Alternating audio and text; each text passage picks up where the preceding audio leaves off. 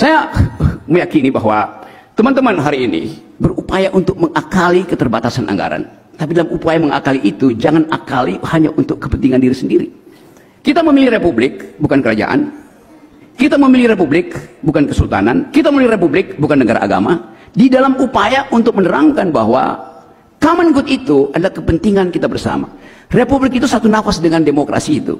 Republik itu menghendaki semua proposal diuji secara publik, res publica, urusan publik. Dengan cara itu kita bisa pamerkan pada dunia bahwa Indonesia mengenal republik bahkan sebelum Magna Carta, bahkan sebelum seluruh proses pembuatan keputusan di PBB dihasilkan. Kita mendefinisikan republik pertama-tama di dalam upaya untuk memastikan ada common good, ada kemakmuran bersama. Kita lihat bahwa disparitas, kesenjangan kita tinggi sekali. Walaupun seringkali kita tertipu oleh statistik. Kalau saya baca terakhir, indeks korupsi kita itu 34. Atau mungkin 2 hari belakangan tinggal 31. 31 artinya dari 100 orang Indonesia tinggal 31 yang jujur. Persepsi publik bahkan mungkin menganggap enggak, mungkin tinggal separohnya itu. Jadi indeks persepsi ini akan mempengaruhi investasi asing. Tidak ada investor asing yang mau nanam modal ketika hanya 31 orang dari 100 orang yang jujur di kita. Demikian juga komposisi kejujuran itu, mungkin kita bisa preteli partai mana yang jujur, partai mana yang tidak jujur, wilayah mana yang jujur dan yang tidak jujur. Jadi kita harus pedas mengkritik kekuasaan supaya sensasi keadilannya muncul. Kadang-kala kita takut untuk bertengkar di wilayah publik, lalu kita pakai sopan santun. Sopan santun itu semacam kemunafikan dalam politik. Kemunafikan artinya kita menipu diri sendiri. Sesuatu yang ada di kepala kita, kita sensor di mulut kita, lalu kita sakit jiwa. Saya percaya bahwa teman-teman DPRD di Surabaya adalah di Jawa Timur adalah mereka yang memilih untuk mengemukakan, mendalilkan keadilan, kebenaran ketimbang kemunafikan itu. Saya ingin teman-teman yang muda terpilih hari ini memulai tradisi bahwa DPR itu memang dirancang untuk bicara. Karena itu disebut parlemen, ngomong, bukan transaksi amplop. Itu pentingnya. Setiap anggota DPR buka mata, tahu apa yang menjadi kebutuhan kampus, tahu bahwa kalau mahasiswa sudah protes, itu artinya ketidakadilan sudah di depan mata itu. Nah, saya ingin supaya percakapan hari ini didengar oleh mereka yang tugasnya adalah menertibkan demonstrasi. Demonstrasi tidak bisa ditertibkan, dia justru harus dijaga tuh. Yang tidak boleh ada kerusakan, vandalisme itu yang nggak boleh. Tapi pikiran hanya disebut pikiran kalau betul-betul ada pertengkaran ide di dalamnya.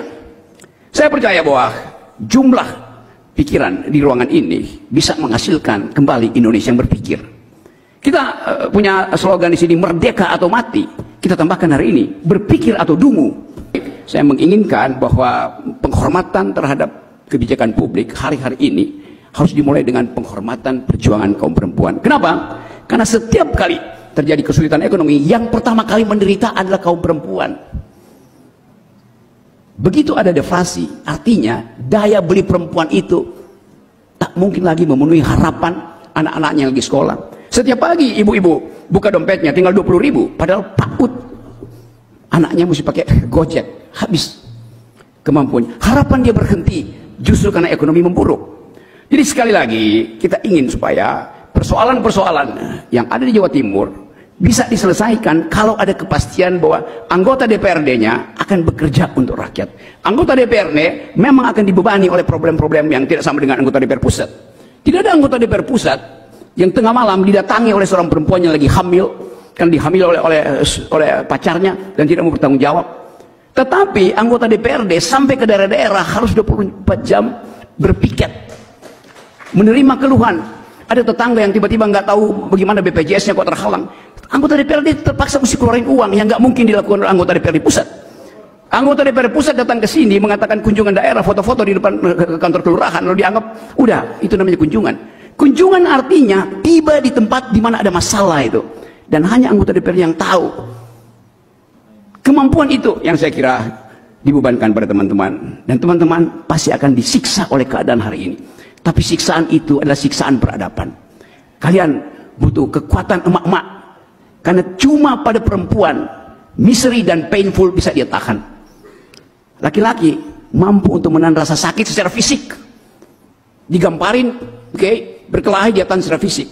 Tapi perempuan bukan sekedar secara fisik dia kuat, tapi secara batin. Dia menyimpan problem kesulitan ekonomi, dia tidak bocorkan pada suaminya. Setiap malam Indonesia hari ini ada kurang lebih 19,5 juta manusia Indonesia yang tidur dengan rasa lapar. Siapa mereka? Sebagian besar pasti perempuan.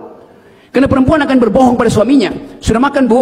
Sudah, walaupun dia belum makan, karena dia nunggu suaminya makan lebih dulu, nunggu anak-anaknya makan lebih dulu. Perempuan menyimpan itu sebagai misteri, tapi dia anggap bahwa hanya dengan kejujuran itu dia bisa selamatkan suami dan anak-anaknya. Nah, suami-suami yang jadi anggota DPR, perhatikan penderitaan itu. Misteri adalah hal yang mendasar pada perempuan. Karena itu saya anggap bahwa hari ini saya ingin ucapkan selamat datang politik perempuan di Jawa Timur. Perempuan diciptakan dari tulang rusuk pria, bukan dari kepala pria sehingga perempuan ada di atas pria. Juga bukan dari tulang kaki laki-laki sehingga perempuan bisa diinjak-injak oleh laki-laki. Perempuan diciptakan dari tulang rusuk laki-laki yang ada di sisi kiri badannya sehingga mereka setara. Tulang rusuk itu dekat dengan lengannya supaya perempuan itu dirangkul. Tulang rusuk itu dekat dengan hatinya supaya perempuan itu dicintai. Terima kasih. Assalamualaikum warahmatullahi wabarakatuh.